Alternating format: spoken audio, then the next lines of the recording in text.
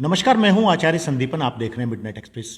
हमने आपसे वायदा किया था कि हम अपने टूर के दौरान आपकी मुलाकात कुछ ऐसी शख्सियतों से कराएंगे जिनका समाज में विशेष योगदान रहता है, जो भले ही गवर्नमेंट सेक्टर में हो, प्राइवेट सेक्टर में हो, बिजनेस में हो, लेकिन कहीं ना कहीं उनका अपने उस मुख्य कार्य, अपने व्यावसायिक जो उनका जीवन होता है, उससे अलग कहीं ना कहीं जिनका समाज के लिए कोई ना कोई योगदान रहता है। मैं इस वक्त मौजूद हूँ उत्तर प्रदेश की राजधानी लखनऊ में स्थित पुलिस हेडक्वार्टर के अंदर। मेरे पास मौजूद हैं डॉक्टर बीपी अशोक साहब। छोटा सा परिचय मैं कराना चाहूँगा। डॉक्टर बीपी अशोक साहब इस वक्त पुलिस हेडक्वार्टर लखनऊ में एएसपी के पद पर तैनात हैं। कई जनपदों के शहरों में वो एसपी सिटी रह चुके हैं और मैं चाहूँगा कि आप थोड़ा सा जान लें डॉक्टर बीपी अशोक साहब की एजुकेशन के बारे में। डॉक्टर बीपी अशोक साहब पीएचडी हैं, डीलिट उन्होंने किया है और लगभग 6000 मोर देन 6000 लेक्चर्स वो दुनिया के विभिन्न देशों में दे चुके हैं। डॉक्टर बीपी अशोक साहब लंदन में लेक्चर दे चुके हैं, वाशिंगटन में वो अपनी स्पीच दे चुके हैं, एजुकेशन के मामले में दे चुके हैं, समाज के विभिन्न क्षेत्रों में उन्होंने लेक्चर्स दिए हैं। हिंदुस्तान की, इंडिया की कई यूनिवर्सिटीज़ में उनके लेक्चर हुए हैं। इसके अलावा नेपाल वो गए हैं और कई कंट्रीज़ में उन्होंने लेक्चर दिए हैं। आज हम बात करेंगे डॉक्टर बीपी अशोक साहब से, जानने का प्रयास करेंगे समाज की विभिन्न समस्याओं पर उनकी राय, उनके विचार। डॉक्टर बीपी अशोक साहब, मैं आपका स्वागत करता हूं। बहुत बहुत धन्यवाद। Thank you very much.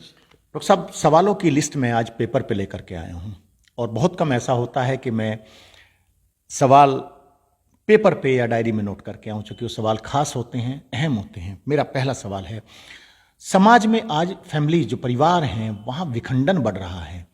परिवार में जो संयुक्त परिवार हुआ करते थे, आज बहुत ही रेयर, बहुत ही कम देखने को मिलते हैं। चूँकि आप हाईली क्वालिफाइड हैं, बहुत कुछ आप अपनी पुलिस सर्विस में रहते हुए समाज के लिए सोचते हैं, करते हैं, लेक्चर्स में भी आपने कई बार कहा है। क्या वजह मानते हैं इसके पीछे और इसके लिए समाधान क्या है? देखिए, आपने जो बात की संयुक्त परिवार की, संयुक्त परिवार तो टूटने के लिए ही होता है। सही मायने में संयुक्त परिवार एक स्कूल की तरह है। जब स्कूल में कोई डिग्री पास कर लेता है तो बड़े स्कूल में, यूनिवर्सिटी में जाता है। उसी तरह परिवार के अंदर जब बच्चा बड़ा हो जाता है तो परिवार का और लैंड का या रिसोर्सेज का विघटन होता है। विघटन होता है। वो विघटन स्मूथली हो जाए, ग्रेसफुल रहे। यानी कि आपका मानना है कि वो विघटन तो निश्चित है ही। विघटन तो निश्चित है। संयुक्त परिवार की शाखाएं बनेंगी, लेकिन वो शाखाएं स्वस्थ होकर के अलग हों। बच्चे युवा हों, कमाने लायक हो जाएं, बच्चियां हों वो कमाने लायक हो जाएं, उसके बाद वो अलग अलग परिवार बसाएं। एक परिवार में से कई परिवार निकलते हैं।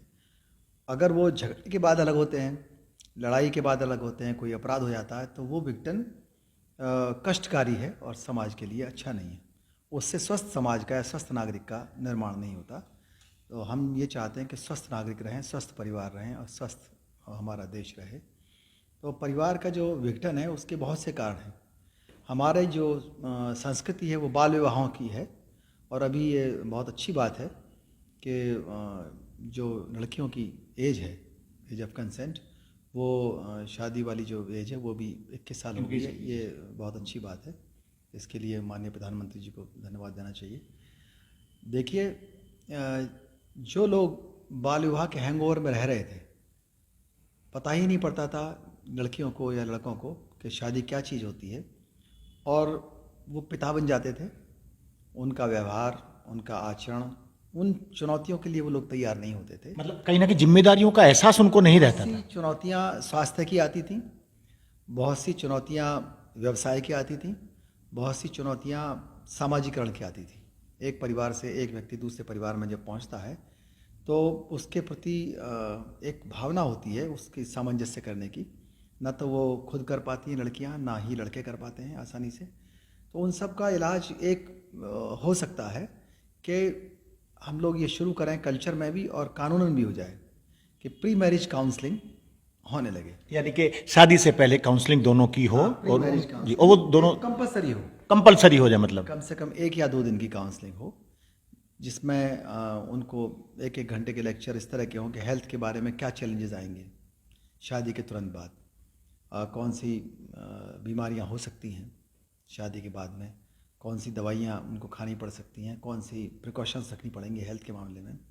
लीगली भी कुछ कानूनों की जानकारी उनको होनी चाहिए जैसे परिवार को ये जानकारी हो कि हम अगर अपनी बहू को कुछ इस तरह ना कहें कोई शब्दों के मामले में, या उसके अपमानजनक लगे, या ऐसी कल्चर से वो आई हो जहाँ दूसरी भाषा हो, तो उसको हो सकता है, जैसे पश्चिम में और पूर्व में अंतर है, जहाँ तू और तुम कहने का अलग तरीके से उसके लिए आता है, लेकिन वही तू और तुम अगर इलाहाबाद में कहने लगे तो वो निश्चित रूप से अपमानजनक माना जाता है ज़्यादा, जो कि पश्चिम में तू को उतना अपमानजनक नहीं मानते।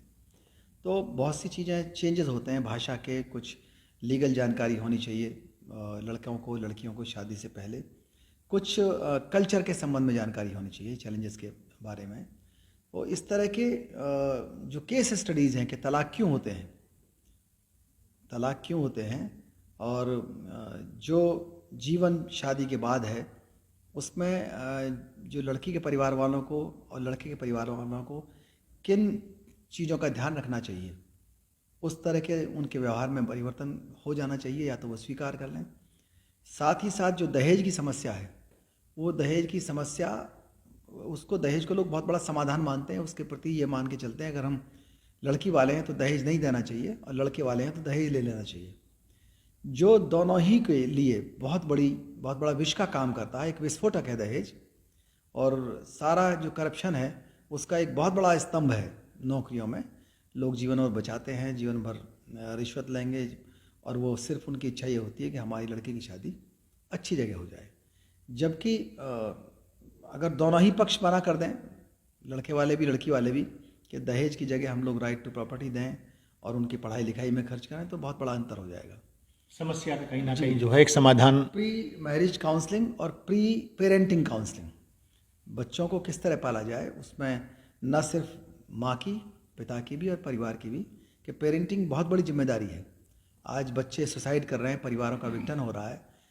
कई जगह ये देखा गया, एक बच्ची को कह दिया, माँ ने, अभी कल की खबर है, कुछ टोक दिया था कि तुम ये काम कर लो, प्लेट धो लो, और माँ को, बच्ची ने कई बार उसका चाकू का वार कर दिया और माँ को मार डाला। एक जगह जीन्स पहनने को मना कर दिया माँ ने, लड़के ने सुसाइड कर ली। तो ये चीज़ कहीं ना कहीं हम प्री पेरेंटिंग काउंसलिंग से काफ़ी कुछ हल इनका निकाल सकते हैं। तो ये बहुत आवश्यक है। और हमने अभी देखा था एसपी क्राइम था में पिछले दिनों मेरठ में, देखा 60-70% जो शिकायतें आती हैं वो पति पत्नी की झगड़े की आती हैं। और पत्नियां जब समझती हैं कि हम अब बेसहारा हैं, वो सड़क पे उतर आती हैं, या उनके परिवार अच्छा है, परिवार उनको एक्सेप्ट करता है, नहीं करता तो वो भीख मांगने के कगार पे आ जाती हैं। कई जगह गलत काम करने लगती हैं, कई जगह अपराध करने लगती हैं, लड़कियां भी लड़के भी।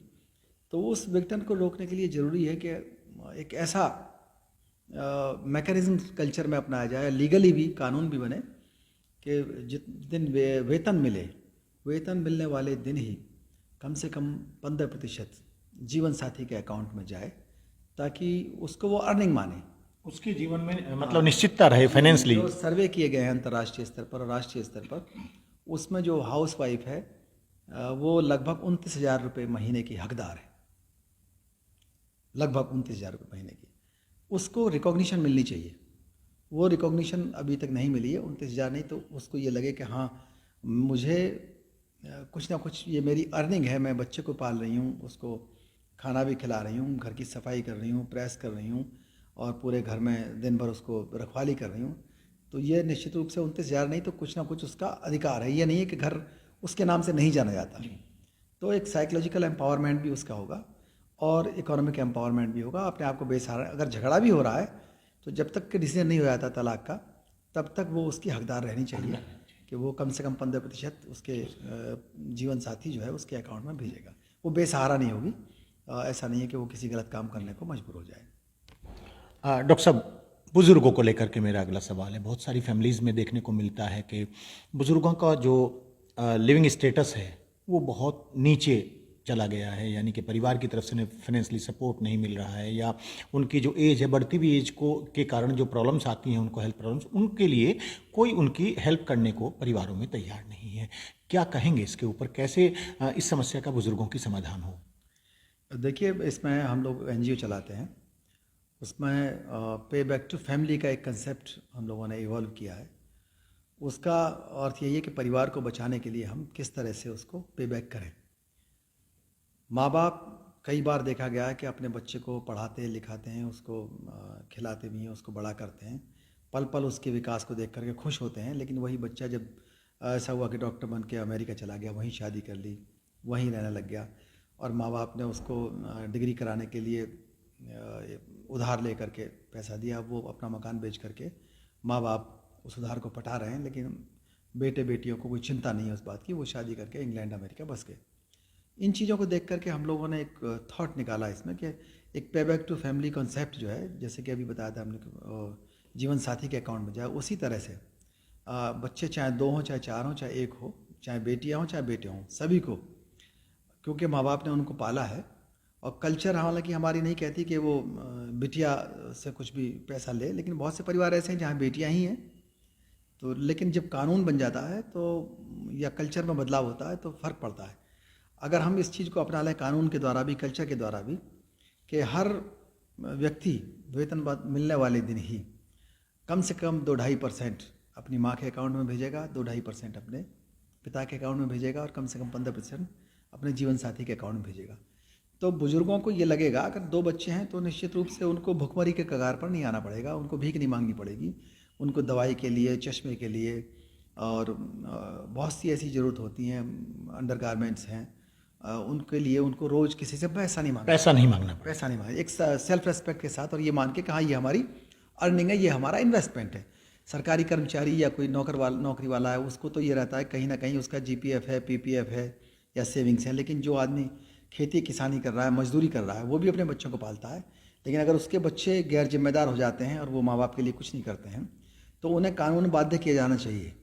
वो जब तक कि कल्चर डेवलप हो, उससे पहले कानून हो, चाहे अपनी उनकी कितनी भी कमाई हो, लेकिन वो 2-2.5% अपने माँ के अकाउंट में भेजें, 2-2.5% अपने पिता के अकाउंट में भेजें, ताकि वो अपने आप को ये न माने कि अब हम बेसहारा हो गए हैं और वो इलाज भी नहीं करा पा रहे, वो कुछ नहीं, इस तरह की कोई चीज़ें उनके लिए बहुत बड़ा चैलेंजेस से उनको निजात मिलेगी, और लगाव भी होगा बच्चों से कि हाँ बच्चे हमारे लिए कुछ कर रहे हैं, क्योंकि कल्चर अलग तरह की चीज़ है और कानून थोड़ा सा अलग होता है। तो इस कानून की महत्ता को समझा जाना चाहिए कि हम इसमें बदलाव लाएँ, ऐसी मांग करें कि किसी के भी माँ बाप, चाहे मजदूर के हों चाहे अमीर आदमी के हों। मेरे फादर बहुत सीनियर अधिकारी से रिटायर हुए, लेकिन मैं इस कंसेप्ट को अपने आप भी अपनाता हूँ। हर महीने जिस दिन तनख्वाह मिलती है उसी दिन अपने वेतन से अपने पिता के अकाउंट में भेजता हूँ। ये इसलिए नहीं कि उनके पास नहीं है, उनके पास उन्हें जो पेंशन मिलती है वो लगभग मेरी तनख्वाह के बराबर है, लेकिन मुझे एक सुकून मिलता है, एक सेटिस्फेक्शन मिलता है कि मैं अपने पिता से जुड़ा हुआ हूँ, मैं कुछ करूँ, एक लगाव, एक ट्रेनिंग भी है, ये टोकन मात्र है, 2% कुछ नहीं होता, लेकिन यह है कि एक टोकन है, उसको वो भले ही मुझे दे दें या अपने और बच्चों को दे दें, लेकिन यह है कि मेरी तरफ से एक पे बैक टू फैमिली का, ताकि फैमिली को इकट्ठा रखा जा सके कि हम कुछ कर रहे हैं एक दूसरे के लिए। एक वर्ड है जेन जेड, बहुत सुनने में आता है, फैमिली में क्या रोल मानते हैं? जेन जेड शब्द के ऊपर मैं चाहूँगा आप।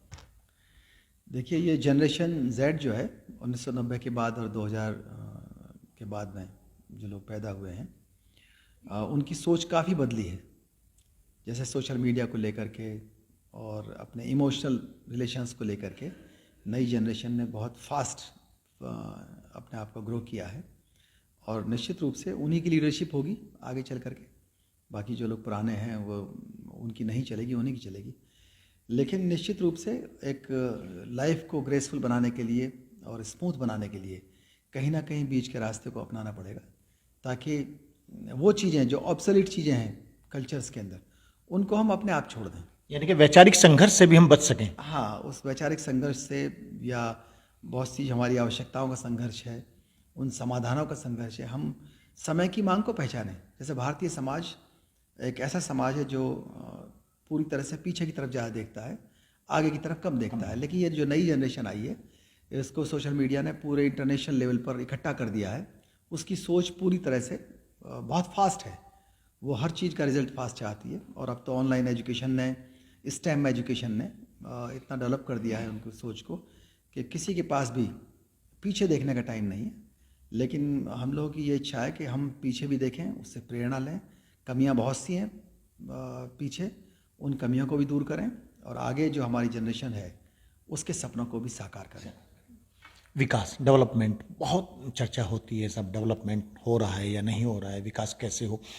आप क्या कहेंगे किस तरीके से हम अपनी जो नेक्स्ट जनरेशन है या वर्तमान जनरेशन है या हमारा समाज है, परिवार की भी बात है यहाँ, तो उसके सर्वत्र सर्वांगीण विकास की अगर मैं बात करूँ तो आप क्या कहना चाहेंगे हमारे दर्शकों से, किस तरीके से संभव है? देखिए, जो विकास का मामला है, विकास अकेले आर्थिक विकास को लेकर के नहीं चलता। इस देश में अमर्त्य सेन ने ये कहा कि हम आर्थिक विकास को या बाजार को हम सोशल डेवलपमेंट से अलग नहीं कर सकते। इसमें अमर्त्य सेन ने डॉक्टर अम्बेडकर को कोट किया और कहा कि डॉक्टर अम्बेडकर ने जो कहा है कि हम पॉलिटिकल डेमोक्रेसी अकेले उससे काम नहीं चलेगा, हमको सोशो इकोनॉमिक डेमोक्रेसी भी लानी पड़ेगी। उसी के आगे की चीज़ मैं आपको बता रहा हूँ। पूरी दुनिया के अंदर ये एहसास कराया जा रहा है कि हम एक यूनिवर्सल बेसिक इनकम तय करें ताकि हमारे जो लोग बेरोज़गार हैं वो बेरोज़गार लोग कहीं अपराध की तरफ ना मुड़ें, वो बेरोज़गार कहीं भिक्षावृत्ति की तरफ ना बढ़ें, वो बेरोज़गार निराश होकर के आत्मदाह की तरफ ना बढ़ें, आत्महत्या की तरफ ना बढ़ें, और उनका सदुपयोग किया जा सके। उनके अंदर अथाह ऊर्जा है, उनकी जो ऊर्जा को है उसको संसाधन के रूप में पूरी दुनिया उसको यूज़ करे, उसके लिए उन्हें यूनिवर्सल बेसिक इनकम दी जाए। और उसके लिए आवश्यक है कि उन्हें रोज़गार कहाँ से दें। ऑक्सफैम की एक रिपोर्ट आई थी जो इंग्लैंड में बनती है इंडिया के बारे में, कि अगर इंडिया में जो रिचेस्ट लोग हैं उन पर 0.5% भी अगर एडिशनल टैक्स बढ़ाया जाएगा तो 117 मिलियन जॉब्स इंडिया में बढ़ जाएंगे।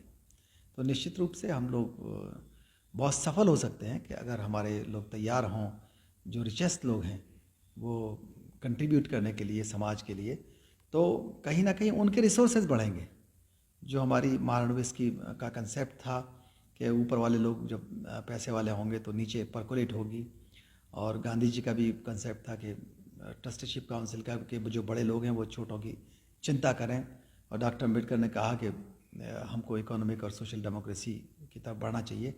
तो यूनिवर्सल बेसिक इनकम दे करके, रोज़गार दे करके, उनको जनरेट करके नई पीढ़ी को हम एक अच्छा सुनहरा भविष्य दे सकते हैं, जो उनकी हिस्सेदारी के साथ जितने भी सामाजिक समूह हैं उनको ये लगे कि हाँ, हर आदमी का हिस्सा है, हर अमीर का, गरीब का, हर वर्ग का, और उसमें प्रत्येक व्यक्ति की जो एनर्जी है, उसका जो एक्सपीरियंसेस हैं, उसको एजुकेट करके, उसको स्वस्थ नागरिक बना के हम समाज के और देश के विकास में जब काम लेंगे तो निश्चित रूप से वो हो सकता है कि लगे लोगों के हम अंतर्राष्ट्रीय स्तर पर उतना आगे नहीं आ पा रहे हैं, लेकिन वो जो नई जनरेशन होगी उस जनरेशन में बहुत अच्छे विचारक पैदा होंगे, उसमें अपराध कम होंगे, उसमें ठगी कम होगी, उस विकास के साथ हिस्सेदारी सबकी होगी।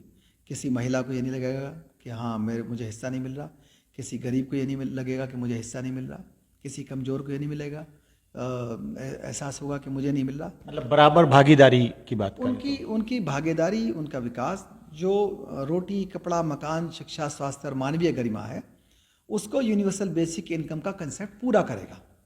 तो पूरे देश को, समाज को जो पैसा आज या तो बीमारियों पे खर्च करना पड़ रहा है या वो मुफ्त खोरी में खर्च करना पड़ता है लोगों को मनाने के लिए, वो सब पैसा नहीं खर्च करना पड़ेगा। वो पैसा उनको स्वाभिमान के साथ उनको मिलेगा जॉब्स क्रिएट करके, और वो जॉब्स क्रिएट किए जा सकते हैं ऑक्सफैम की रिपोर्ट के हिसाब से भी और यूनिवर्सल बेसिक इनकम के कंसेप्ट के हिसाब से भी। तो डेवलपमेंट हमारा पूरी तरह से एक रिप्रेजेंटेटिव डेवलपमेंट होगा।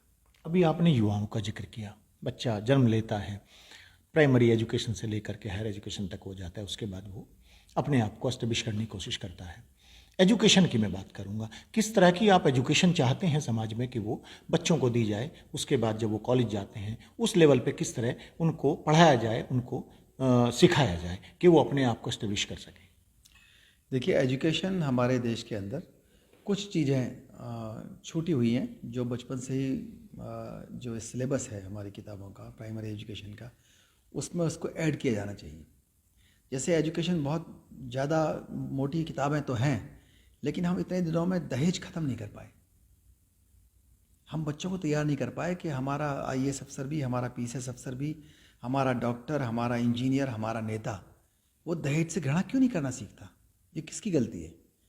ये कहीं ना कहीं हमारे पूरे समाज की गलती है। और हमारा शिक्षा जो है, जो शिक्षण प्रशिक्षण हम दे रहे हैं, या तो हम उनसे सवाल नहीं कर पाते या हम टोक नहीं पाते।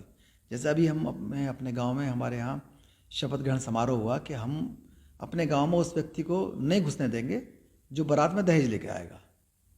हमारे गांव में ये लोगों ने इकट्ठा होकर के एक शपथ की, स्याना में सराय में हमारा गांव है, कि हम उस व्यक्ति को अपने गांव में नहीं घुसने देंगे जो दहेज लेकर के आएगा। जो मतलब उसका एक बहिष्कार एक तरीके से उसको बहिष्कार तो नहीं है, लेकिन उसका हम सम्मान नहीं करेंगे। सम्मान नहीं करेंगे, मैं क्षमा चाहूंगा, बहिष्कार नहीं मतलब उसका सम्मान नहीं सम्मान करेंगे। नहीं करेंगे।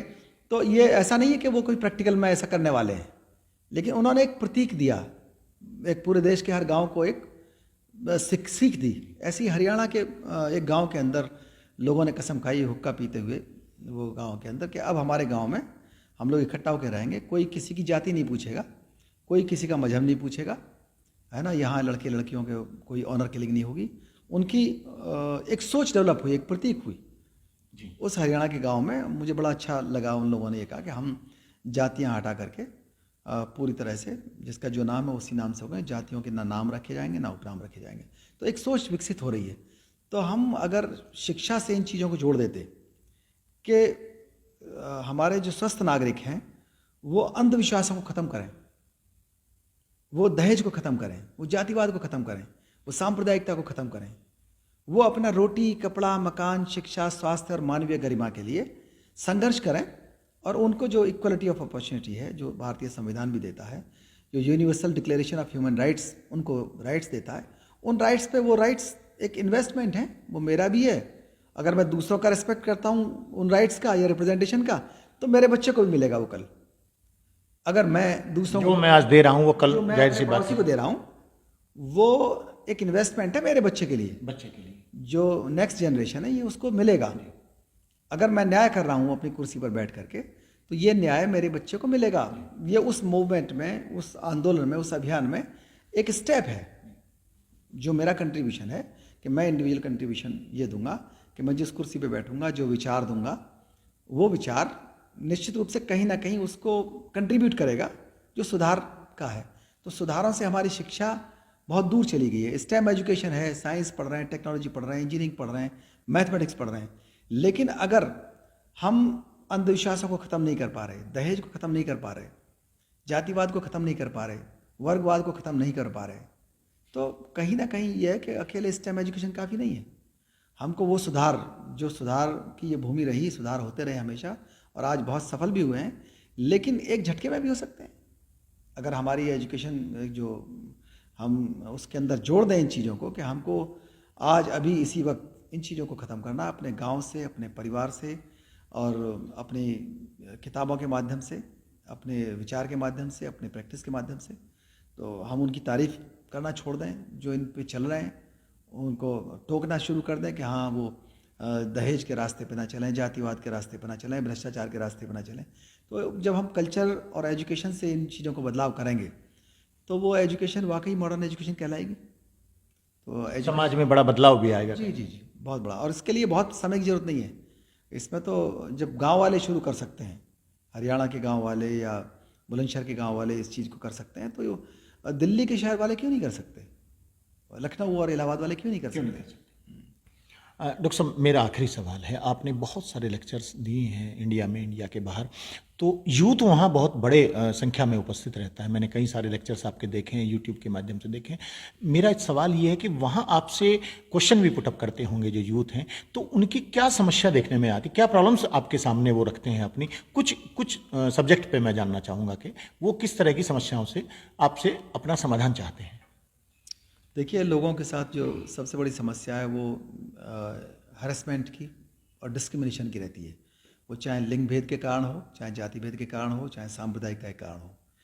अधिकतर समस्या इसी बात के लेकर के, और इसी से बेरोजगारी उत्पन्न होती है, इसी से ह्यूमन राइट्स का वायलेशन शुरू होता है, इसी से गरीबी आती है। तो डिस्क्रिमिनेशन को ख़त्म करना बहुत ज़रूरी है।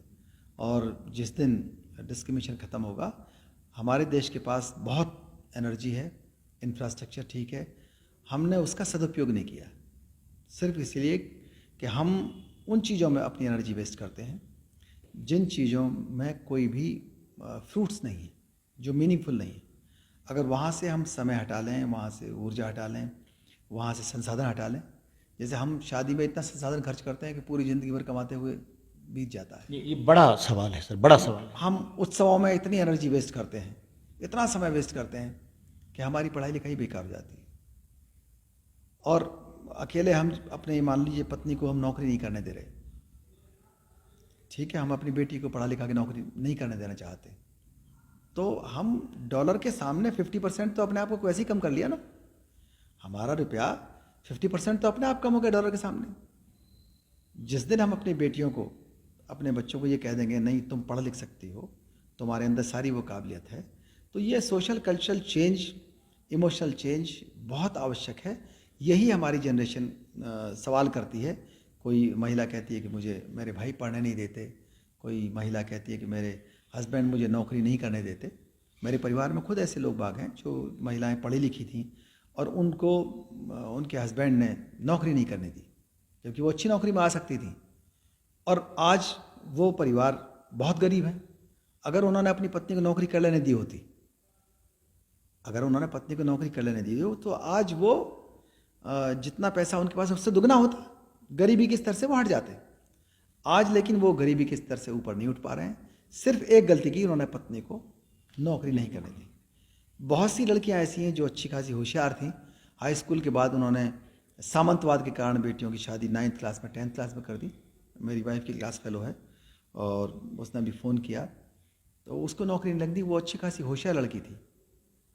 वो निश्चित रूप से जो फ्रस्ट्रेशन है, 50% जो महिलाएं हैं हमारे देश की, वो महिलाओं कहीं ना कहीं फ्रस्ट्रेशन है कैरियर को लेकर के उनका। वो जब 80 साल की 90 साल की होती तब वो सुनाती हैं कि मैं चाहती, मैं होशियार थी, मैं पढ़ सकती थी, मैं नौकरी कर सकती थी। लेकिन वो हमने उस 50% पॉपुलेशन को गरीब रहने के लिए मजबूर कर दिया। क्यों? क्योंकि हमने कल्चर चेंज नहीं की, हमने सुपरस्टिशंस चेंज नहीं किए, हमने दहेज आधारित समाज बना रखा है और एक झटके से हम ख़त्म कर सकते हैं, ऐसा नहीं है। हम कल्चर में उसको बदलाव करें।